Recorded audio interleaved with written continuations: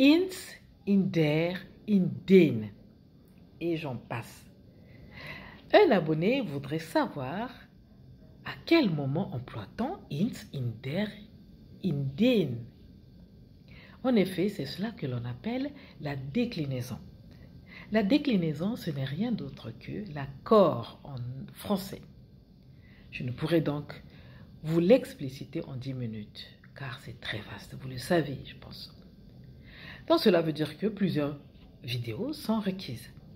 J'aborderai cela plutôt dans des lives, car il y aura de l'interaction, je pourrai vous expliquer.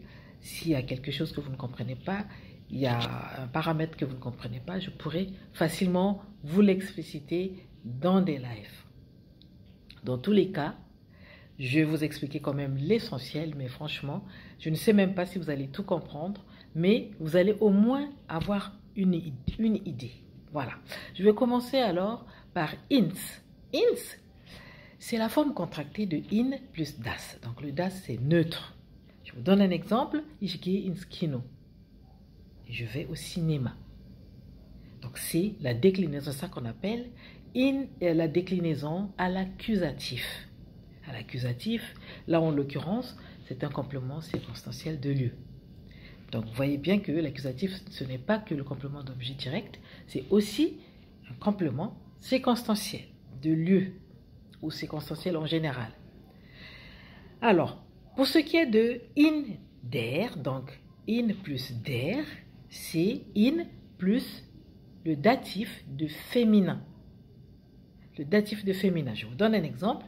Ich bin in der Bar. Ich bin in der Bar. Donc, je suis dans un bar. Donc, des bars, c'est le datif de die. Le datif de die bar. D'où le féminin. Le die, c'est le féminin. Donc, c'est le datif. Alors, pour ce qui est de in den, c'est l'accusatif du masculin. Donc, le masculin au nominatif, c'est der. Donc, on a le nominatif, là en l'occurrence avec le verbe gehen, c'est un verbe de déplacement qui oblige l'accusatif. Donc, par exemple, ich gehe in den Zug. Donc, je vais dans le train. Donc, ça veut dire que j'entre dans le train.